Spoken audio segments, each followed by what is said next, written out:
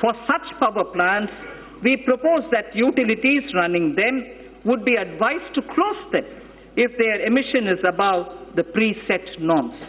The land so vacated can be put to alternative uses. In large cities having population above 1 million, clean air is a matter of concern. I'm sure a lot of our members will be keen to know about what steps are being taken for cities and clean air.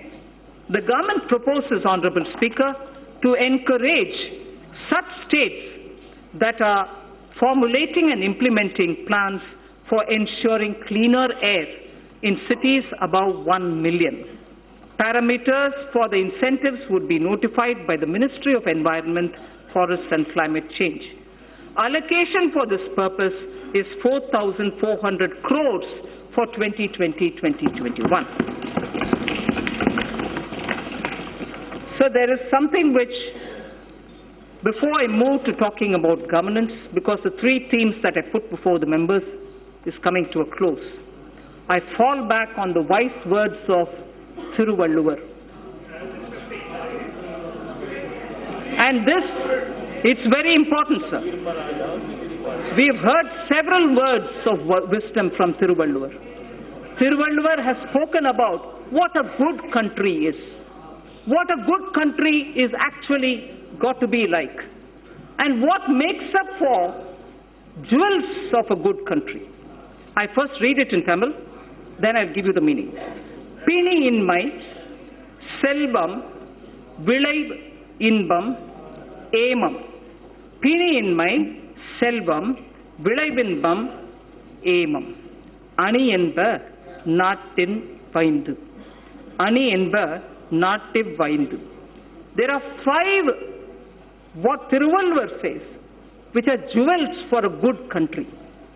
The first is pini inmai, meaning the country will have to be without epidemics or illnesses, major illnesses. The second, he says, it should be wealthy. It should have wealth. It should have wealth. Vilaivu. It should also have velachal. In the sense, from the fields, it should have good crop. It should have inbam. It should have happiness. It also should have emam, which is security and safety of the country. So the 5 jewels. 5 jewels. Pini inmai, selvam, vilaivinbam, emam, and inbam.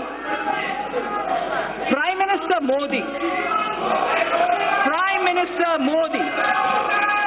Ayushman Bharat. Ayushman Bharat for health for all is penny in mind. Selvam, wealth creators will be respected in this country. Wealth creators will be respected in this country. Selvam. Vilaichal, having good crops. Farmer PM Kisan, doubling of income, use of fertilizers and proper growth leads to surplus in horticulture, surplus in Silhan, surplus now, probably also in Dalhan.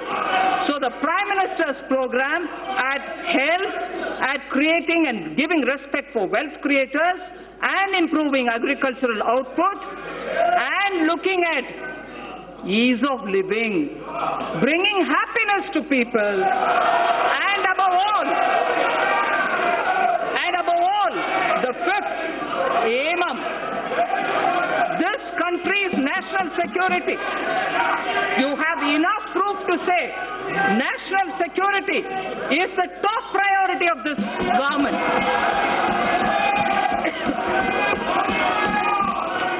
So,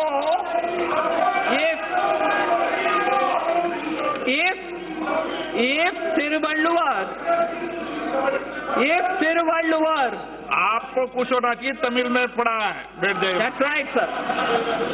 If Thiruvalluvar identified the 5 jewels for a good country, those 5 jewels are the ones which Prime Minister Modi is now addressing through his program.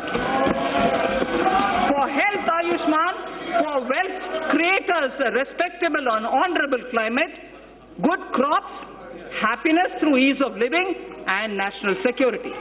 So, now with all that said, the bouquet of flowers which I would like to give every citizen with trust and faith,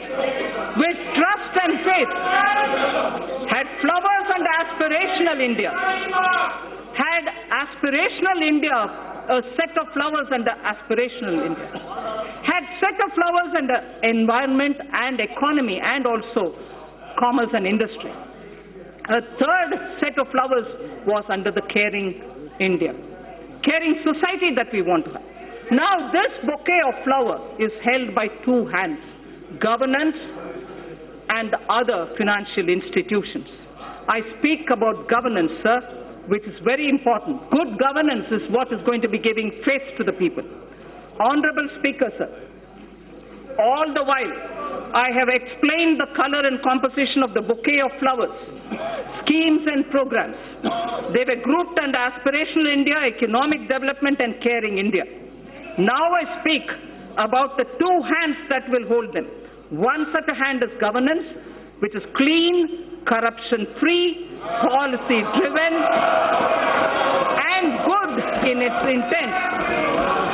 And most importantly, trusting in faith, trusting every citizen, the aspirational youth, the hard-working women.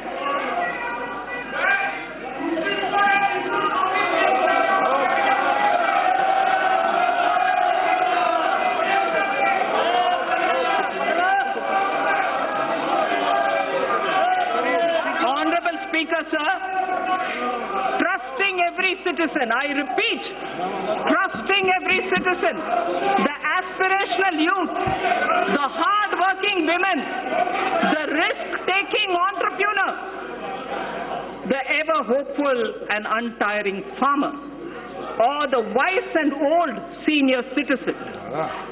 Many among them are taxpayers. Others may not be taxpayers now. Our Prime Minister has laid before us ease of living as a goal to be achieved on behalf of all citizens. An important aspect of both ease of living and ease of doing business is fairness, efficiency of tax administration. We wish to enshrine, this is important, Honorable Speaker. This is important, sir. Money being allocated to various programs is finance of this country. This is very important, sir. Businesses should have the confidence that things are being fair and the efficiency of the tax administration. We wish to enshrine in the statutes a taxpayer charter.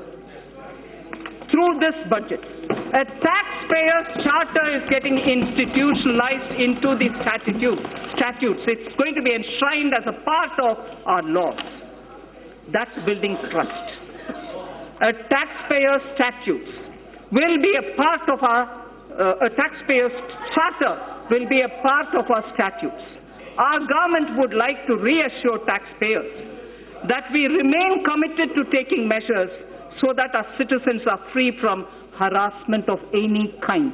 We mean it, and we are willing to put it in the law. Tax harassment cannot be tolerated when we are talking about citizens and wealth collectors. There has been a debate about building into statutes criminal liability for acts that are civil in nature. This is important, sir. There has been a debate about building into statutes criminal liability for acts that are civil in nature. Hence, for Companies Act, certain amendments are proposed to be made that will correct this. Similarly, other laws would also be examined where such provisions exist, and attempts would be made to correct them also. The government intends to introduce major reforms in recruitment to non-gazetted posts in governments and public sector banks. At present, candidates have to appear for multiple examinations conducted by multiple agencies at different points of time for similar posts. This places enormous burden on time, effort, and cost for young people. To mitigate the hardship so faced, it is proposed to set up a national recruitment agency as an independent, professional, specialist organization for conduct of computer-based online common eligibility tests for recruitment to non-gazetted posts. A test center in every district, particularly in the aspirational districts, would be set up. For the speedy disposal of commercial and other disputes, government has constituted various tribunals and specialized bodies. It is proposed to evolve a robust mechanism for appointment, including direct recruitment to these bodies to attract best talents and professional experts. A stable and predictable business environment is a key objective of this government. There is also a strong argument for ensuring that contracts are honored. India has a sound framework related to Contracts Act. We shall deliberate upon strengthening it. There is a growing need, sir, for Indian statistical system to meet the challenges of real-time monitoring of our increasingly complex economy. Data must have strong credibility. The proposed new national policy on official statistics would use latest technology, including artificial intelligence. It would lay down a roadmap towards modernized data collection, integrated information portal, and a timely dissemination of information thus collected. I am happy to inform that India will host G20 presidency in the year 2022. That is the year of 75th anniversary of independence of the Indian nation. During this presidency, India would be able to drive considerably the global economic and development agenda. For this historic occasion, I allocate a sum of 100 crore to begin the preparations. 100 crore rupees. Sir, Northeastern region has a very high priority in government's developmental agenda. Government is ensuring smooth access to financial assistance from multilateral and bilateral funding agencies to help introduce innovative and global best practices. Central government has effectively used an online portal to reduce gestation period of online. This has improved the flow of funds to the Northeast region. The government is fully committed to supporting the all-round development of the newly formed Union Territories of Jammu and Kashmir and the Union Territory of Ladakh. Accordingly, an amount of 30,757 crore has been provided for the financial year 2020-21. An amount of 5,958 crore has been provided for the Union Territory of Ladakh. So that was one hand, which is governance. Now I come to the other, which is the financial sector. If governance was described as one of the pair of the hands holding the bouquet consisting of aspirational India, economic development and caring India, the other is the financial sector. A clean, reliable, robust financial sector is critical to the economy. A clean, reliable and robust financial sector is critical to the economy. In our efforts to achieve the US $5 trillion economy, the financial architecture should evolve. The financial architecture should keep evolving and move from strength to strength. We had earlier approved consolidation of 10 banks into 4. In the last few years, the Government of India has infused about 3,50,000 crores by way of capital into public sector banks for both regulatory and growth purposes. Governance reforms would be carried out in these banks so that they become more competitive. A few among them will be encouraged to approach capital market to raise additional capital. So I wish to inform this august House that robust mechanism is in place to monitor the health of all scheduled commercial banks, and that depositors' money